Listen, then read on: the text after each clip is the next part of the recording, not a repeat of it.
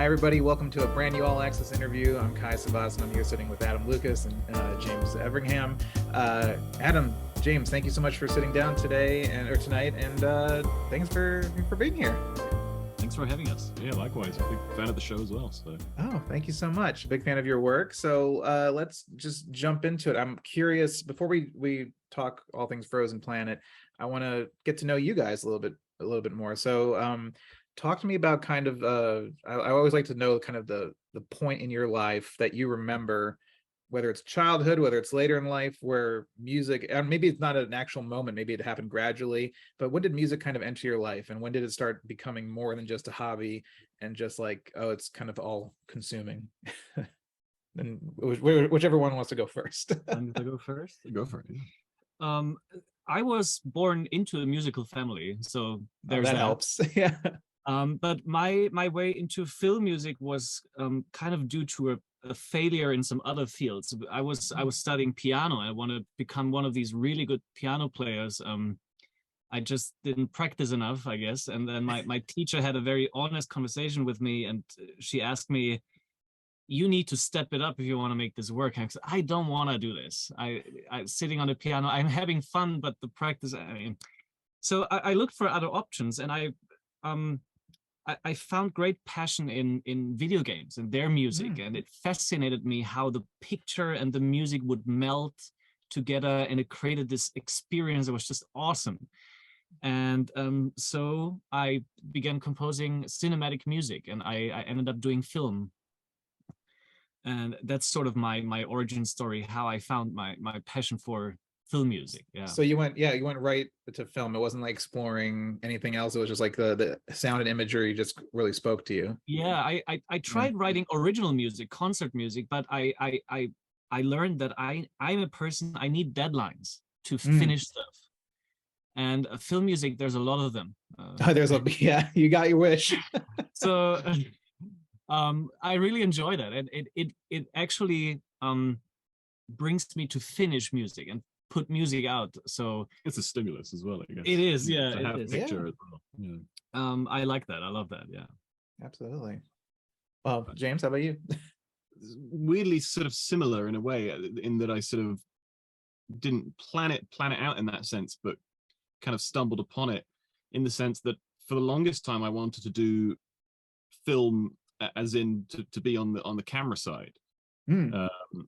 So, throughout a lot of my childhood, that was sort of, I wanted to be a director. I wanted to be Tony Scott. I wanted to be Christopher Nolan.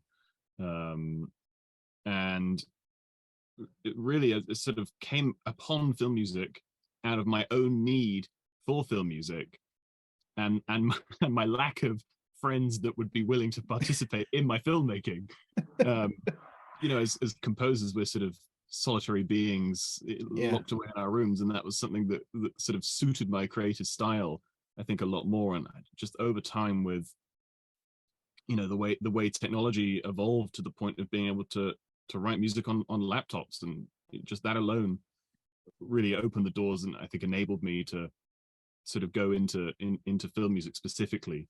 But similarly, I grew up with a lot of music in the house. There was always something playing, and not necessarily, there's a lot of classical music, but there was ABBA, there was Elton John, there was Lionel Richie, all sorts of random stuff that kind of creates this cauldron of inspiration that I'm able to draw on now. So that's James actually showed me some of his videos he created when he was young, and I think we can all be. They will never be released to the world. Let's just put it that way. We can be happy he became a film composer.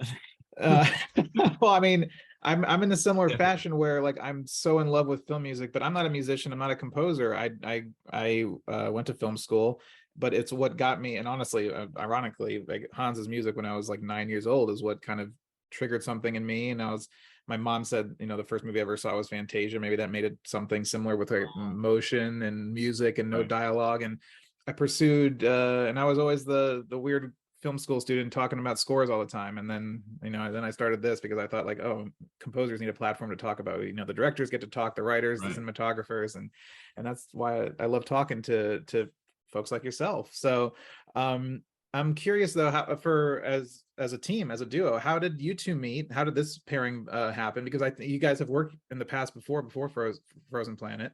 So I'm curious, when did you guys meet? What was your first impression of each other? And well, how did it lead to a creative relationship? Shall I tell the real story of how we met? Yeah. I mean, I'd been sort of around Bleeding Fingers a few times over the years. I first came out here in 2014 or 15, but I came out at the end of 2019, probably a few months after you'd started here at Bleeding Fingers. And one day I knocked on Adam's door, and you had the lights off, and you had some Goa trance playlist, sort of like, and it was like instant friends. So yeah, Adam's next door as well. So there's definitely something that's so great about working here, is that it's the ability to just go knock on the door, a quick musical opinion, or crap, I got these notes, like, what do you think I should do? Any sort of combination of that, which is just a really unique thing. And I think we kind of aligned in approach to scoring as well, which is why it sort of works so well. And then we if a job comes in at Bleeding Fingers, it's mostly up to Russell, our CEO. Like he has a good overview of who has which strengths and weaknesses, etc. Right. And Russ paired us together for, I think, 3 shows prior to Frozen Planet. So before tackling Frozen Planet, James and I already had sort of developed a workflow. Yeah. And it became really smooth. And the team aspect of tackling a project like this is not to be underestimated. I'm really glad I could do it with James and Hans. Like it really was a smooth engine, you could say. Absolutely.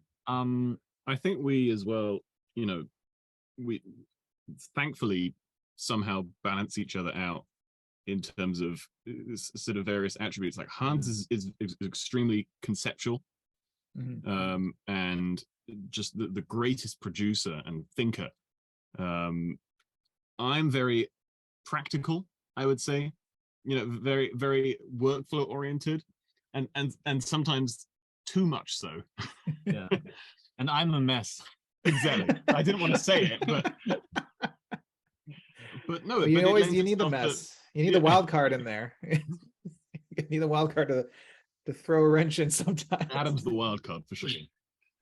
But some of the stuff that Adam suggested and came up with for the show was just so ridiculous that I would never have thought of it myself, and it just works out so well. Which is why it's a privilege to work with both Adam and Hans, and as well as just being a fun, creative, collaborative process. It's a learning process as well. Absolutely. So I'm curious. So let's jump into Frozen Planet, because I'm curious let's talk about that collaborative process. And so what is, like, take us to like the starting point of this, like how, when Russell, brings the team together. And it's like, okay, because Bleeding Fingers has a great relationship with BBC, and they've done so many amazing documentaries. So with Frozen Planet 2, what is the process like when you're assigned the project, and when you sit down with Hans and start coming up with those first conversations of, I guess, what the music is going to be? The first time we heard about Frozen Planet was in November 2019. Oh wow! And right before the show just aired a month ago, right? So that's we're now in 2022, end of 2022. So it's been in our heads for a very long time. And usually how this works, Bleeding Fingers has done Planet Earth 2, Blue Planet 2, and we quite often work with the BBC. But we have to pitch for these projects. Every time a new project comes up, we have to blind pitch. So submit music, submit a pitch, and the BBC chooses. So it's not the given that we do these projects. So the first phase would be Russell, Hans, and a bunch of people who Russell thinks, could come up with a theme or score a scene. And then we would first just try to obviously win that pitch by bringing some really cool ideas to the table. So we wrote pieces of music, we scored scenes, we wrote a document that would say would represent our ideas that we have for the show.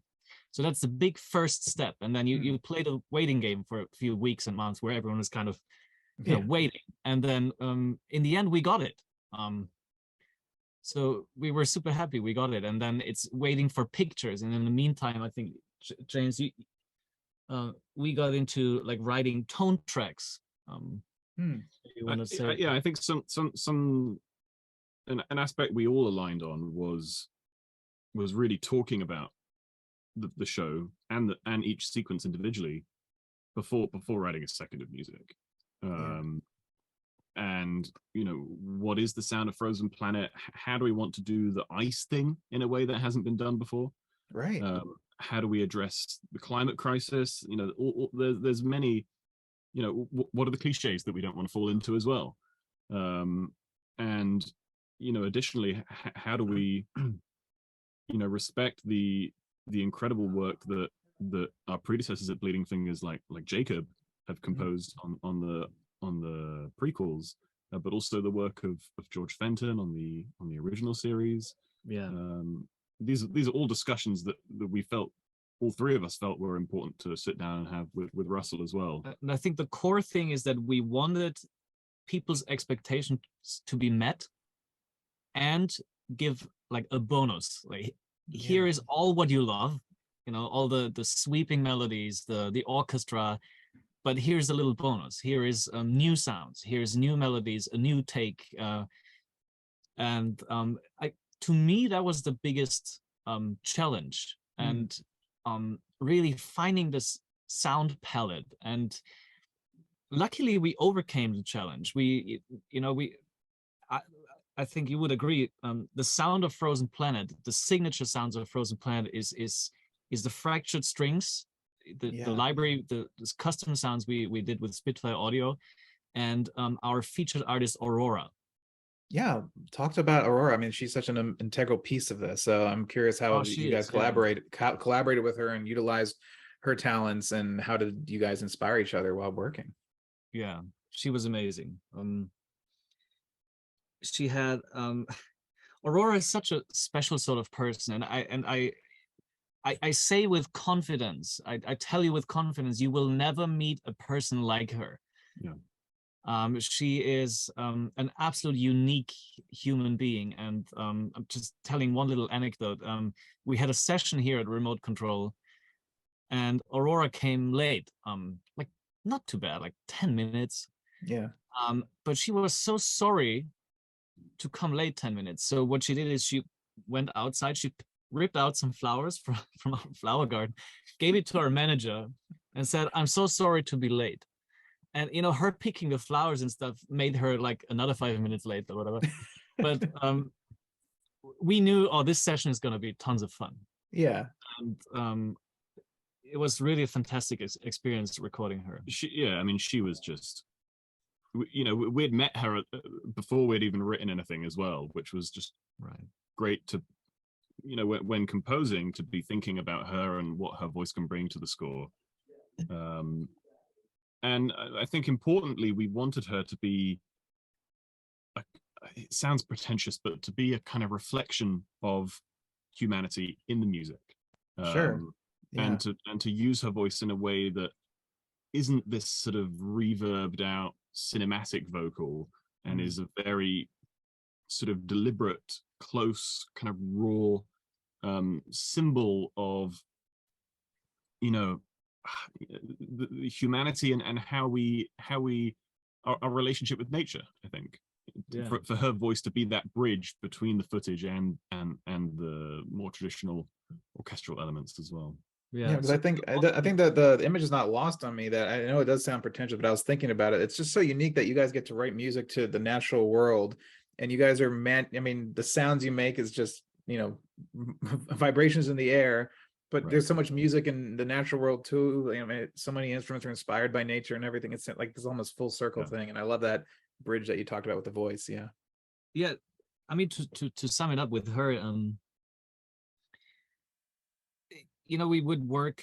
It was not always possible to be in one room with her. We had a couple of sessions in person, and then the rest we did remotely. And she just released an album So sometimes she was on the road, like recording in some kitchen or in the bus, and it was really, really interesting to do that. And she has an amazing producer, Magnus, and he helped a lot to record and produce the vocals.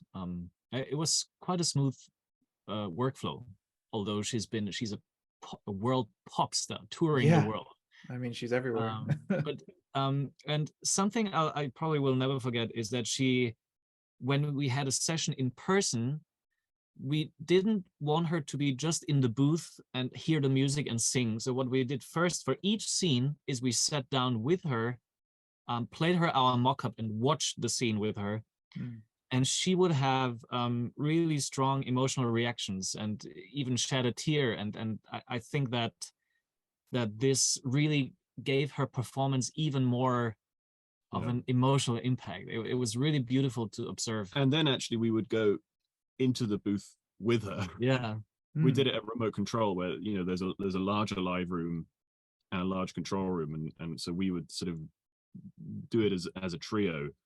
Yeah, I mean, yeah, you touched on that thing of you have a session vocalist in the booth separated by the glass, and it can feel a bit disconnected, kind of disconnected and removed at times. And so we took our synths into the live room and sort of sat with her, and we were just able to sort of talk about the scene, and we had the picture up in there and really kind of fine tune what we wanted to get out of her voice. And she was an incredible perfectionist, just singing again and again and again until she felt she had achieved the exact emotion that we were trying to get out of the scene. Wow. So I'm curious, what is, so talking about I guess the production pipeline. So are you getting locked pictures to work with, or are they still kind of getting fine-tuned as you start writing music? Is the entire series already done, or are they coming as they're finishing? And when do you start, I guess, writing music to these episodes?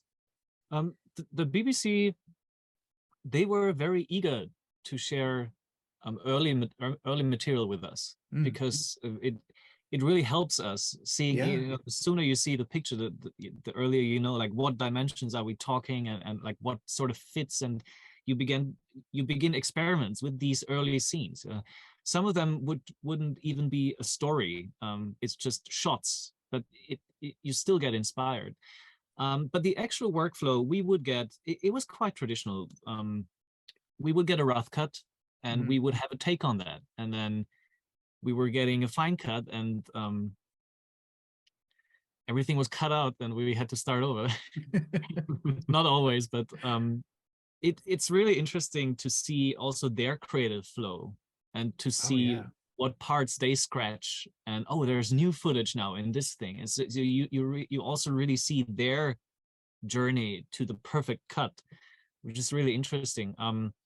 And then you get closer and closer to picture lock, and that's when usually we lock our MIDI and we sign off the cues, and the material gets passed on to the orchestrators.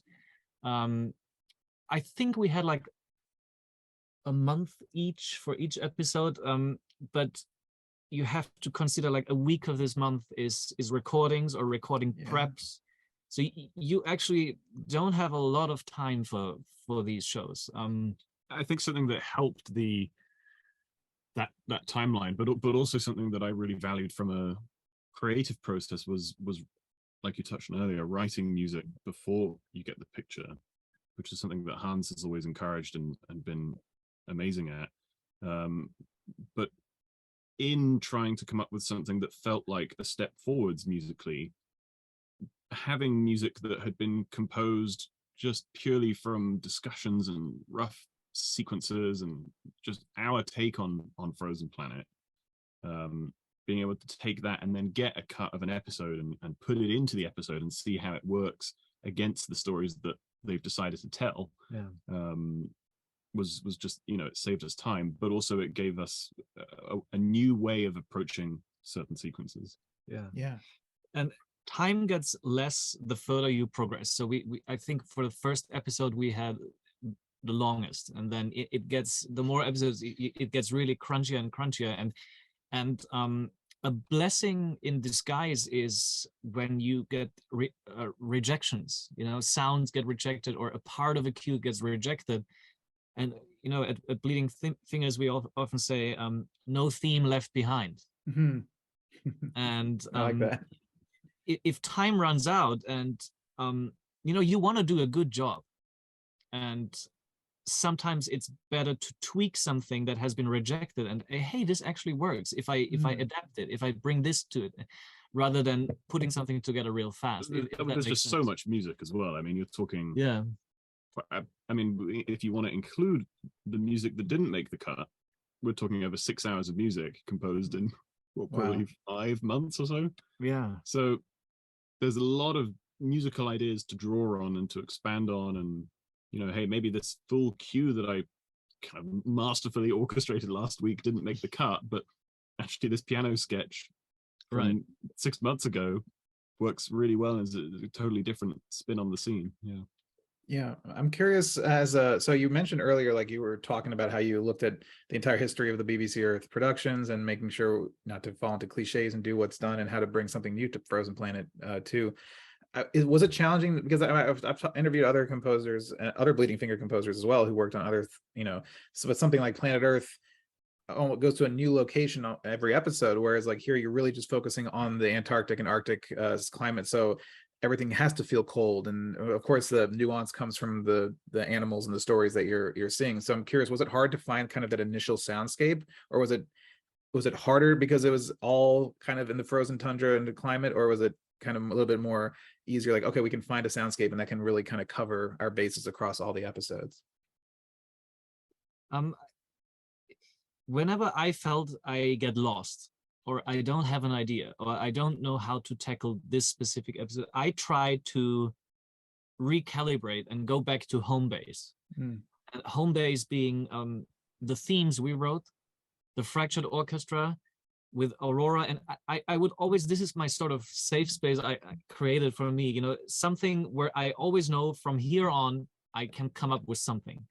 And then you're absolutely right. It's all about the frozen regions, but we made sure that, you know, the frozen world has a big variety. You have fragile worlds and snowflakes, you know, these little fractures that snowflakes have. And we have footage of ice things collapsing, ice sheets collapsing, the glaciers and all that. Exactly. So we I think, I'm talking for the two of us, but I never felt trapped into some frozen world. There was still lots of diversity to draw from. And the fractured strings, you mentioned that, and we should touch on that a little more. Yeah, talk about the fractured strings and how that played into the sound. Yeah, that was definitely, like you said, home base in many ways, and something that we talked about a lot before we started scoring. Again, was to just sit around a table and say, okay, what is the sound of Frozen Planet? What is the sound of ice?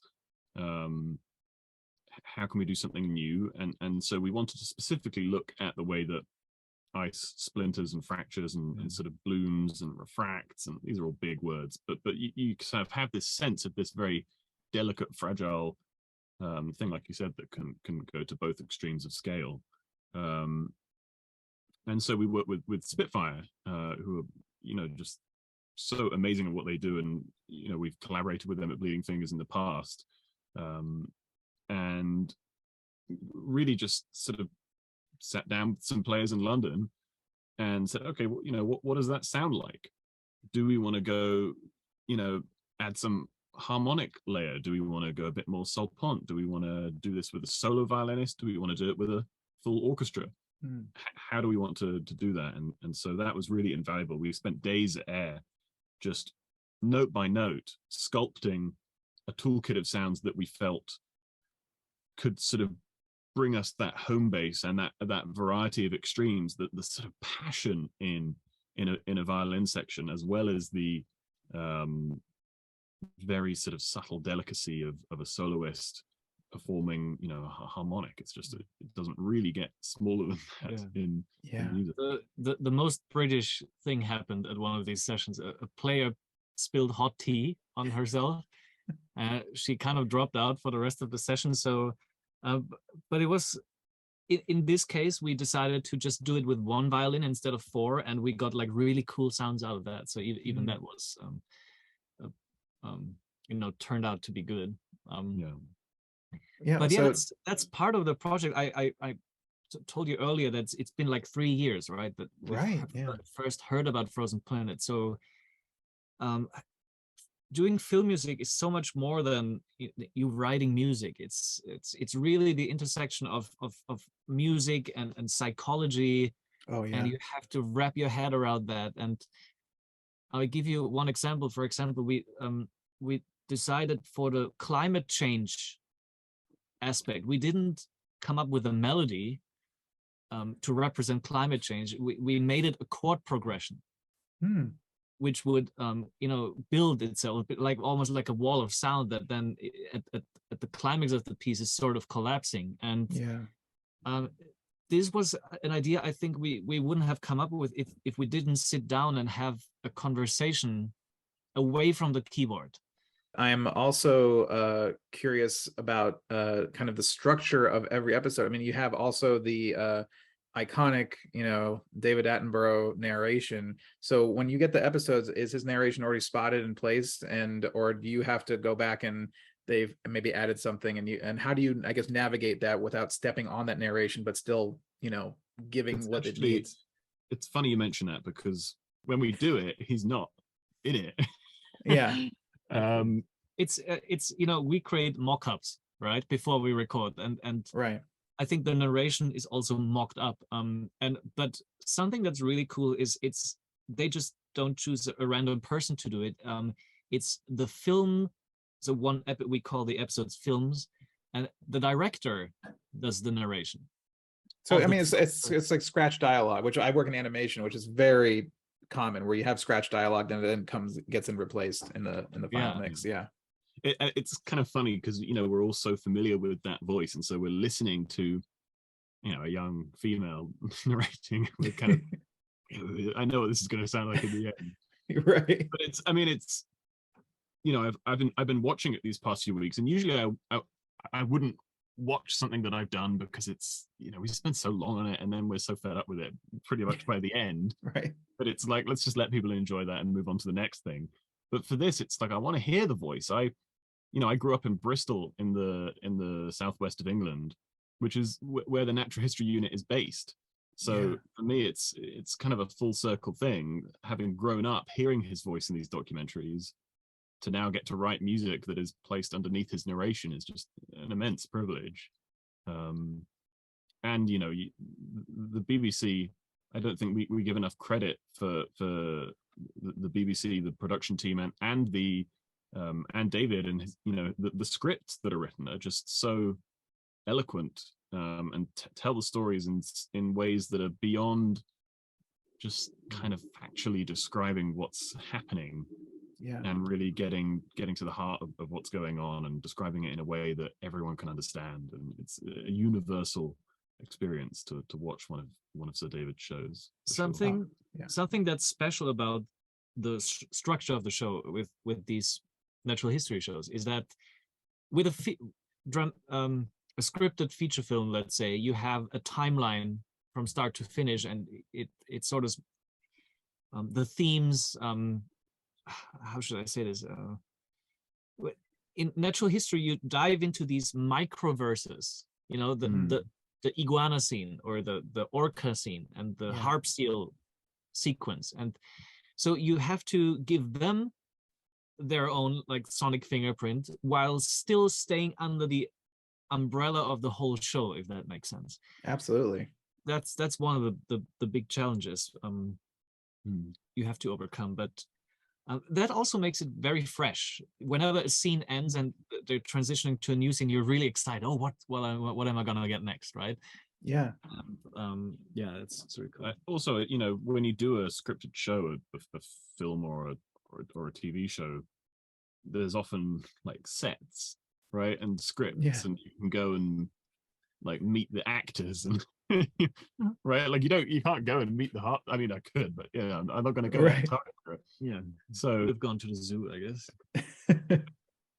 It's in a way, it's you're kind of not the fourth wall isn't broken in that sense by the fact that we're kind of getting the footage and watching it, and this is the first time we're seeing the stuff that actually happened in nature. Yeah. And kind of reacting to it, and always trying to preserve the first watch of a sequence, because I remember with the harp seals in particular, watching the sequence for the first time, you're just sort of completely absorbed in the pictures and the stories and the challenges that they're facing and just the visuals and everything. And you watch it 100 times to score it, and you can sort of lose that. So trying to just sort of really tap into that first watch, and then then the work begins. Well, it seems like that's what you guys did with AURORA, getting her first watch and getting that gut emotional reaction, which is was so important. A fresh take on the scene after us having spent so long writing the music. So talk to me about how you split duties and how you tackle, like, does some person say like, oh, I love these animals, I'll take this story, or I'm more accustomed to this type of writing, or was it more just a continual blend of just everyone kind of just working together? It came very natural. Very natural. We usually, what we do, we all sit in a room and we watch the show, and I don't think we had a single argument or disagreement about who's gonna do which scene. It just might be a little generous. Yeah, I mean, no, but you're right. I mean, it was definitely, we watch a sequence and we say, I want to do that one. It's okay, go for it. I want to do that one. Okay, you do that one. Sometimes, what I would remember is if a person takes a really tricky scene, oftentimes it's the virtuosic, funny ones, often involve words. And if I do one of these and then I jokingly I say, James, you owe me one, and or we would do it like that. But I will say as well, though, something that we found was actually kind of fun was to flip it around the other way and to watch the show and go, which ones do I not really feel a connection to? Right. And I need to ask myself why is this not really working for me? And maybe I have a way into that scene that is fresh and different. And so for me, I think I was sort of inclined to tackle more of the heavier action music and vice versa perhaps, but I think by the end of it we'd sort of leveled it all out, and I think we both surprised ourselves with writing music that was maybe a little out of the wheelhouse, and hopefully yielded results that was more courageous, more courageous and complex. I mean, going out of your comfort zone, I think it's the scariest thing, but it's also the best way to grow, the best way to learn, and tackling all of that. So I'm curious, talking about your favorites and everything. Do you guys talk to me about your maybe favorite sequences or favorite scenes that you guys scored that you really have a connection to, that you really just had a blast writing to? And maybe if you also throw in maybe one that's maybe was really more of a challenge that it took maybe a while to crack. So I'm curious from your take, what was like a really fun one that you like, oh, I'm really proud of this sequence, and then maybe one was like, oh, this was a really tough one, but I'm still happy with the final result. Okay, so my favorite one to score was the orca hunting scene. It's incredible. These animals, first of all, they can get like, I think, over 100 years old, and so this hunting technique that they use takes them 15 years to learn.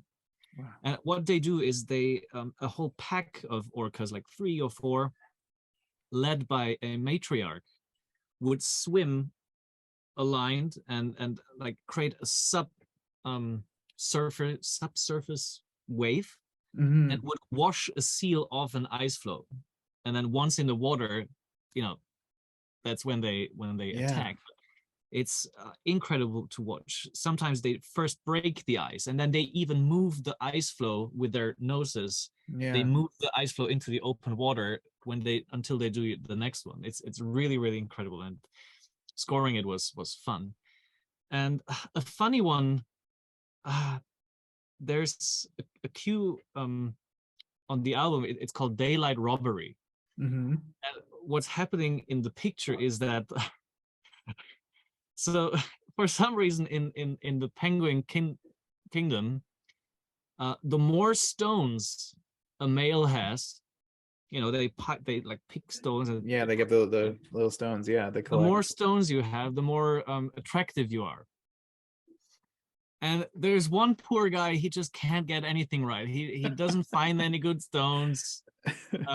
Like you see him picking one up and then he drops. It's just a whole mess. He's like, and but he still needs to get around, right? Yeah. So he ends up stealing stones from the other penguins. But even that is a whole disaster. He just cannot do it. And scoring it was super fun. I think it's a really fun scene to watch, and I gave the music some sort of spy element to it. Yeah, so yeah. see him like walking around, and then yeah, that was fun. How about you, James?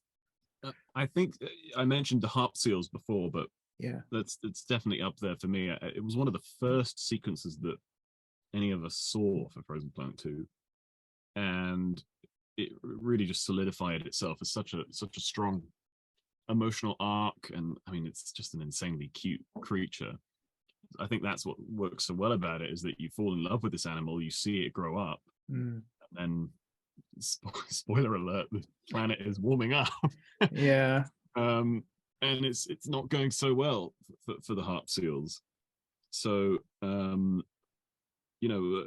first time I watched, I had a very strong emotional reaction to it, and I sort of chased that through the process and worked closely with the episode producer, and to really tap into what they wanted from that scene. And that was definitely a favorite for me. And the footage that they caught underneath the ice, I think the seals kind of came right up to the camera and sort of almost played with it. It's just surreal. Yeah. And then I guess for me, one of the scenes that was more challenging, but ultimately actually was one of the most rewarding, was the permafrost slumps of the frozen lands. Which you wrote a great piece for choir. Right, and that was what kind of cracked it in the end. Was my initial approach was much more synthetic and sort of based around heavier analog synths to sort of sell the weightiness of the mud. It's like the permafrost is melting and turning into sort of sludge that's kind of creating these massive voids in the landscape. And ultimately I sort of thought, actually, let's just scrap the synths and let's write a sort of requiem for choir. And so we worked with the incredible Reykjavik recording orchestra in Iceland. Oh, wow. And they were just incredible to work with, and they sung that sequence in particular with just an incredible sensitivity. So for me that was another challenge, but ultimately a highlight. Yeah, but highlight, yeah. So I mean, was it? Yeah, sorry, go ahead. That track is called "Scars of the Earth" on the album. If people want to listen, it's a real nice piece. Yeah, absolutely. So to kind of looking at the series as a whole, I mean, you had to inject wonder, inject awe, create personalities for the animals for audiences to connect with, but also maintain, I guess, the message of the climate is dying and we need to change. So was it hard to balance that, to make sure that you ended up in that place where you were able to make light moments, make tense moments, and all the spectrum of emotions, but also kind of land that at the end to make sure it had the impact that it needed to have for the whole series? I think we wanted to be, yes, but also we wanted to be careful not to be heavy-handed and overbearing with it, right? Because it would be very perhaps expected to just sort of go to the minor chords. Oh no, climate change, right? And David's narration is so obvious, and the footage is just sort of tells the story for itself. So there was definitely a sensitivity that was required when it came to the climate change elements. But yeah, I think definitely that was the arc in a sense. We people watching this show, we didn't want to put any blame on the viewer. Right. You don't want them to Tell feel guilty them, walking you away. need to be better. Like the average person with their plastic straw, this is not the issue. Right. So what we did with the music is we focused on representing this icy world in a beautiful way. And by hoping that people see this landscape and all these animals, and we give them this awe and the amazingness. And if you see that, we hope that, I want to care. I don't want these harp seals to be gone in 15 years. I don't want that to happen. I want to preserve that. And the BBC, I think, with how they touched on this really, it's a difficult topic to touch on because people are so not really united about it, right? There's so many opinions, but the one thing we can all agree is that the world is beautiful. It still is.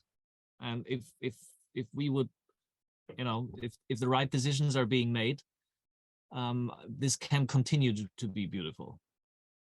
Absolutely. I mean, that's why I fell in love with nature documentaries as a child. Discovery Channel here in the United States was like the home for that. Now it's like 90 Day Fiance and mermaids are real and all that crap. But at the start, Discovery Channel was that, and what BBC Earth I think really kind of took is the crowning achievement of all of it, keeping that going, because that instilled my love for wildlife as a child, for marine biology, conservation, everything. And I think shows like Frozen Planet 2 are so important, especially for younger people who see that wonder and see how beautiful it is. And I think your music, and along with Hans and Aurora, just fantastic, brilliant, and just, I mean, bringing that beauty to life. So guys, thank you so much for sharing your insight and everything tonight. And I mean, congratulations on getting it out there in the world. It must be such a relief to have it out there and getting all the reaction that it is after all that work. So congratulations on that. Thank you for having us. Yeah, thank you so much. That was fun.